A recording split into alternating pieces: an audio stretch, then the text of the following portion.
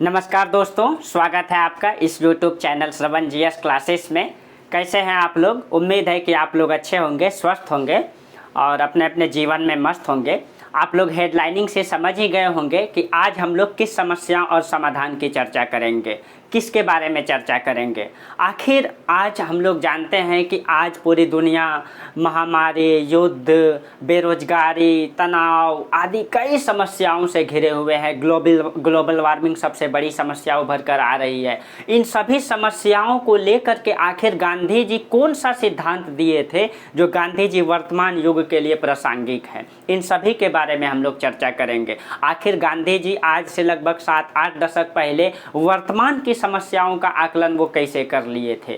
कहते हैं ना, गांधी जी कहे थे कि प्रकृति के पास हमारी ज़रूरत को पूरा करने के लिए पर्याप्त है, लेकिन हमारी लालच को पूरा करने के लिए नहीं। कहते हैं यही तो खासियत होती है महापुरुषों में कि महापुरुष का मार्गदर्शन, उनका सिद्धांत वर्तमान युग के लिए ही नहीं बल्कि आने वाले युग के लिए भी कल्याणकारी होते हैं, प्रासंगिक होते हैं। और यही गांधी जी आज से लगभग 7-8 दशक पहले कह चुके थे और आज वही समस्याएं हमारे सामने मुहबाए खड़ी है। इन सभी के बारे में हम लोग चर्चा करेंगे कि वर्तमान में पूरी दुनिया में कौन कौन सी समस्याएं उभर कर आई है और इनका समाधान क्या होगा, इनका आगे की राह क्या होगा, इन सभी के बारे में हम लोग चर्चा करेंगे।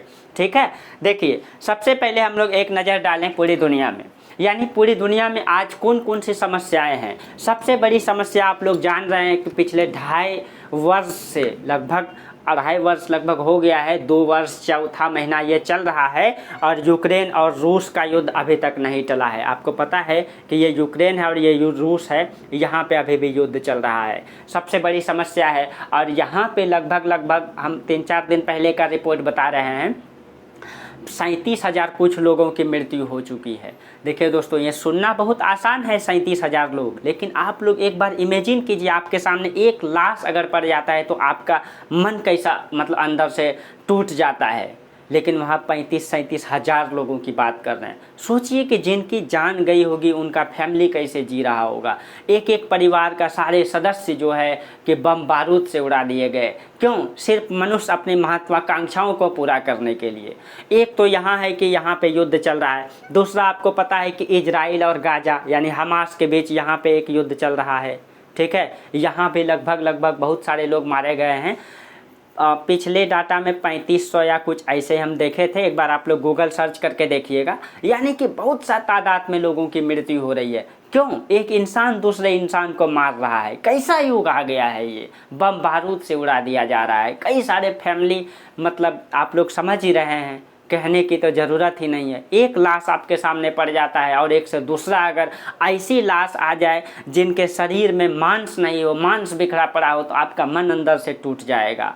लेकिन लोग आज अपने सिर्फ महत्वाकांक्षाओं को पूरा करने के लिए बम बारूद गोले से लोगों को उड़ा रहे हैं।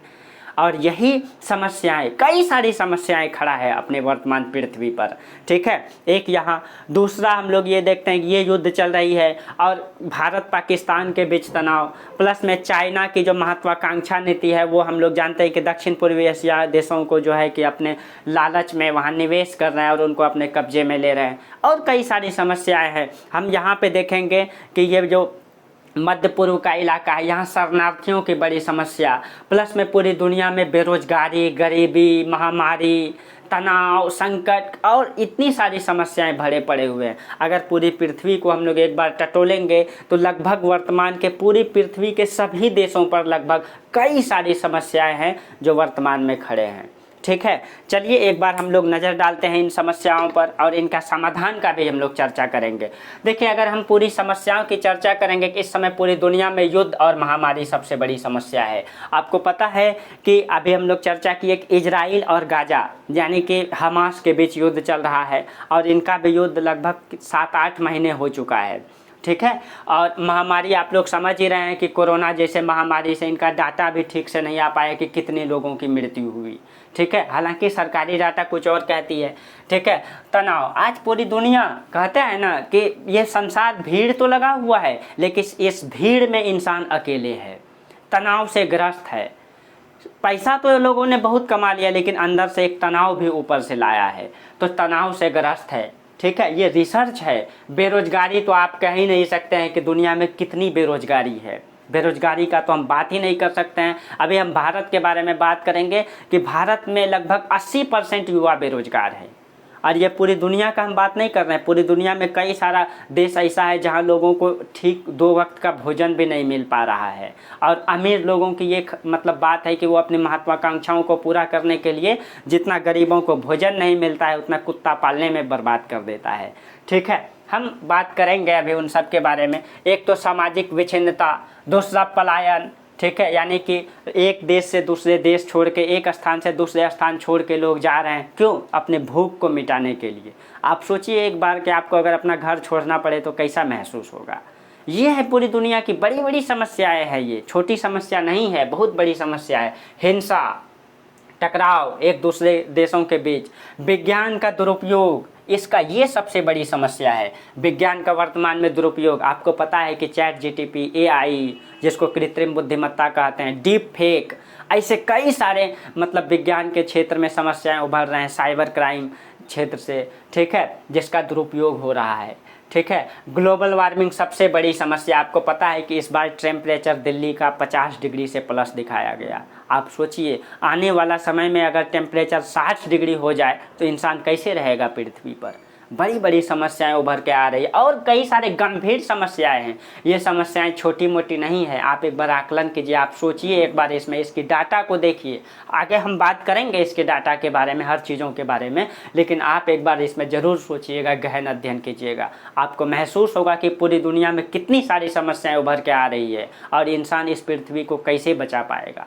मुश्किल तो ये हो रही है कि आने वाला समय में क्या पृथ्वी मानव आवास के लिए सुरक्षित रह पाएगा या नहीं रह पाएगा। ठीक है, और देखिए हम बात किए कि अफगानिस्तान में हम देखें तो लोकतंत्र को कुचलकर तालिबान की सरकार स्थापित कर दी गई। वहाँ लोकतंत्र नहीं है। आप सोचिए अगर आपका मतलब ठीक से आपको भोजन करने का अधिकार ना रहे, आपको कपड़ा पहनने का अधिकार आपके मन से ना रहे तो आप कैसे जिएंगे। ब्यूटी पार्लर बंद करा दिए गए। मतलब मानव की स्वतंत्रता का हनन हो रहा है अब तालिबानी सरकार में। बताइए, रूस यूक्रेन जैसे युद्ध तो हम बताए ही।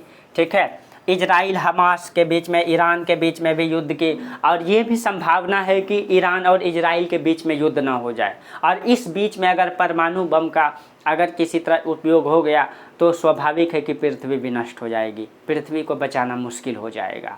और ये सिर्फ एक मनुष्य के महत्वाकांक्षाओं के कारण होता है, मनुष्य के द्वारा पाले गए इच्छाओं के कारण होता है। ऐसी इच्छाएं हम क्यों पाले जिससे दुनिया भी नष्ट हो जाए। ठीक है, ईरान, अफगानिस्तान और पाकिस्तान के बीच हम लोग देखे थे कि जनवरी में एक दूसरे ने मतलब बम फेंक दिया, दोनों के बीच जो है बम बारूद भी हुआ। चीन की महत्वाकांक्षा। ठीक है, उसके बाद मध्य पूर्व अफ्रीकी देशों में देखेंगे, यहाँ सबसे बड़ी समस्या है शरणार्थियों का विस्थापन। यानी लोग एक स्थान से दूसरे स्थान जा रहे हैं सिर्फ अपने पेट भरने के लिए। ठीक है, क्यों? क्योंकि उनको वहाँ रोजगार नहीं मिलता है, रहने की आवास नहीं है उनके पास। कई सारी समस्याएं युद्ध के कारण लोग, अब आप सोचिए, अब मान लीजिए यूक्रेन और मतलब कि रूस के बीच में युद्ध हो रहा है। आप लोग न्यूज़ में देखे भी होंगे, जो यूक्रेन का इस युद्धग्रस्त क्षेत्र में रहता था, जो बड़े बड़े पोस्ट पे, कोई अधिकारी होगा, कोई एसडीएम डीएम होगा वहाँ का, कोई बड़े बड़े अधिकारी होगा, कोई सीएम होगा, कोई छोटा पोस्ट में होगा, उनकी नौकरी होगी, उनका बड़े बड़े घर मकान होगा, लेकिन सिर्फ एक युद्ध के कारण उनको अपना घर छोड़ना पड़ा, उनका पोस्ट चला गया, उनकी बीवी बच्चे मतलब के बम से मारा गया। कैसी दुनिया में समस्या है कि इंसान दूसरे इंसान को मार रहा है। और ऐसी समस्या मतलब बड़ी बड़ी समस्याएं उभर के आ रही है। अभी हम और भी चर्चा करेंगे। कई सारा समस्या हैं जिनका समाधान आज से लगभग 7-8 दशक पहले, 70-80 साल पहले गांधी जी दे चुके थे, उसका आकलन कर चुके थे। आधुनिक विश्व की नई समस्याएं उभर कर आ रही है। सतत विकास के समक्ष चुनौतियाँ। सतत विकास का मतलब होता है कि हम ऐसे विकास करें, हम अपनी आवश्यकताओं को भी पूरा कर लें और आने वाली पीढ़ी के लिए भी सुरक्षित रखें। सामान्य परिभाषा ये है कि हम अपनी आवश्यकताओं को भी मतलब पूरा कर लें और आने वाली पीढ़ी के लिए भी वो आवश्यकताएं सुरक्षित रखें। ये नहीं कि हम इतना दोहन कर लें कि आने वाला भविष्य ही न रहे। जो वर्तमान में दिख रही है, पृथ्वी को बचाना मुश्किल हो गया है, पानी की समस्याएं हो गई है, टेम्परेचर इतना बढ़ रहा है कि लोगों का रहना मुश्किल हो गया है, शहरों में तो और भी अधिक है, पंखे से काम नहीं चलता है, एसी और कूलर लगाना पड़ता है। ये सब समस्याएं कैसे आई? कुछ समय पहले गांव में बिजली नहीं थी, लोग पेड़ पौधे के नीचे समय बिताते थे, लेकिन आज वो नहीं रहा। आज गांव भी उतना ही तप रहा है। ये सारी समस्याएं यही है। अब देखिए, ग्लेशियर का पिघलना, हम लोग को पता है कि ग्लेशियर से ही नदी निकलती है, यानी नदी में जो सालों भर पानी प्रवाहित होती है, जिसको सदानीरा नदी कहते हैं, जिसमें सालों भर पानी प्रवाहित होती है, जैसे भारत में गंगा नदी, यमुना नदी, ब्रह्मपुत्रा नदी, ठीक है। ये बड़ी बड़ी नदियाँ जो ग्लेशियर यानी पहाड़ के बर्फ़ के चट्टान से निकलती है, और वो गर्मी के कारण पिघल रही है, और वो पिघल जाएगी तो फिर से हम वहाँ बर्फ़ नहीं जमा सकते हैं, ठीक है। और वो मीठा जल का स्रोत है, यानी कि पीने योग्य पानी का स्रोत है, और वो तेज़ी से पिघल रहा है, जिसके कारण पानी की समस्याएं उभर रही है। इन सब को बचाना बहुत बड़ी समस्याएं हैं, ठीक है। और दूसरा चीज़ है कि मशीनीकृत जीवन, रोबोट संचालित। मशीनीकृत जीवन, आपको पता है कि मशीन के आ जाने से जो काम एक 10 मजदूर करता था, वो एक जो क्रेन है, जो डोजर जिसको कहते हैं, वो 10 मजदूर का काम अकेले 1 घंटा में कर देता है, जो मजदूर दिन भर में 10 मजदूर करता। देखिए, एक ज़रूरत तक मशीन अच्छा है, मशीनीकृत अच्छा है, लेकिन उसका दुरुपयोग बहुत खराब है। इन्होंने लोगों को बेरोजगार बना दिया, उनकी कार्य कुशलता को छीन लिया। अब मनुष्य में ये कुशलता, जो प्रकृति ने उसको कुशलता दिया था, जो उसको क्षमता दिया था कि प्रकृति में हम पैदा लिए हैं, तो प्रकृति में ढल के खेती बाड़ी करके अपनी कुशलता दिखा के हम अनाज उपजा के खा सकें, ये कुशलताएं आज के युवाओं में समाप्त हो रही है, क्योंकि वो काम मशीन ने अपना लिया। जो हमारे पूर्वज जो कर रहे थे, जो कार्य, वो कार्य अब आज के पीढ़ी नहीं करते हैं, वो मशीन करता है, जिसके कारण उसकी अपनी कुशलता समाप्त हो गई है, और वो बेरोजगार हो रहे हैं, जिसके कारण और शहरीकरण की समस्या बढ़ रही है। देखिए, आपको पता है कि मनुष्य की अपनी क्षमता खो रहे, रोबोट संचालित। कुछ समय में ऐसा हो जाएगा कि जो बड़े बड़े लोग हैं, जिसके यहाँ मजदूर काम करने जाते हैं, जिसके यहाँ खाना बनाने दाई जाती है, वहाँ अब रोबोट खाना बनाएंगे। बॉर्डर पे सैनिक के जगह पे रोबोट रहेंगे आने वाले समय में। सोचिए क्या हो जाएगा जीवन। मनुष्य की कुशलता समाप्त हो जाएगी, मनुष्य बेरोजगार हो जाएंगे। अमीर लोगों का तो जीवन ठीक से चलेगा, गरीब कहाँ जाएंगे। इसलिए विकास हम इतना ही करें ताकि गरीब भी जिंदा रहे और अमीर का इच्छाएं भी पूर्ति हो। इच्छा वो नहीं रखें जिससे मनुष्य को नुकसान हो, जिसको प्रकृति से को नुकसान हो, ठीक है। और अधिक से अधिक मुनाफा कमाने की होड़ में इस प्रकृति का दोहन, पहाड़ों पे, प्राकृतिक स्थानों पे, झीलों पे, नदियों पे, तालाबों पे पिकनिक मनाया जा रहा है। और पिकनिक इसलिए नहीं कि मनुष्य एक होता है ना कि पिकनिक मनाने जा रहे हैं कभी कभार, नहीं, व्यावसायिक दृष्टि से, जिससे वहाँ पे प्रदूषण बढ़ रहा है। वहाँ पे जाता है मनुष्य, खाना बनाता है, जिसके कारण से वहाँ आग लग जाती है, प्लास्टिक फिर छोड़ के आ जाता है। इससे प्रदूषण की समस्याएं बढ़ रही है, पर्यावरण का ह्रास हो रहा है बहुत बड़ी मात्रा में, ठीक है। कई सारी समस्याएं, धरती का औसत तापमान बढ़ता जा रहा है, बेरोजगारी, शहरीकरण ने तो बेरोजगार के गाँव को वीरान कर दिया है। गांव को वीरान करने का मतलब ये हो गया कि गांव में जब युवा बेरोजगार हुए तो वो शहर की ओर दौड़े, और जब वो शहर की ओर दौड़े तो गांव से सारे युवा 10,000 15,000 की नौकरी करने के लिए गांव छोड़ के जब शहर आए तो गांव में सिर्फ बूढ़े बुजुर्ग और महिलाएं बच गई। और बूढ़े बुजुर्ग और महिलाओं में वो कुशलता नहीं होती है जो युवाओं में होता है। इसलिए खेती बाड़ी जो युवा करते थे, वो खेती बाड़ी से उत्पादन कम हो गया, क्योंकि युवा बेरोजगार होकर के शहर आ गए। और शहर में क्या हो गया, अब मान लीजिए कि ये पूरा का पूरा क्षेत्र है और इसका एक छोटा सा शहर यहाँ है, तो हर क्षेत्र से युवा एक शहर में आ गए, जिसके कारण से यहाँ पे जनसंख्या अधिक हो गया। इसलिए यहाँ पे कई सारी समस्याएं उभर के आई। नाली नाला सड़क में जो है कि बहुत सारे कचरा भर गए, डेंसिटी इतनी अधिक बढ़ गई कि यहाँ पे तापमान भी बढ़ गया। इसके कारण से कई सारी समस्याएं उभर कर आई, सड़क व्यवस्था ठीक नहीं रहा, और इसके कारण से यहाँ पे लोग झुग्गी झोपड़ियों का निर्माण करके यहाँ पे बसने लगे, झुग्गी झोपड़ी भी बढ़ने लगे। इसके कारण से कई सारी समस्याएं उभर कर आई।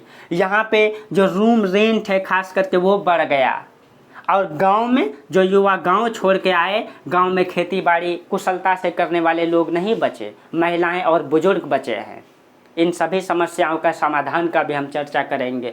भारत की अगर कुल बेरोजगारी बात करें, जो अंतर्राष्ट्रीय श्रम संगठन ने जारी किया है कि भारत में 80% युवा, कुल बेरोजगार में 80% युवा बेरोजगार हैं, उनके पास कोई काम नहीं है।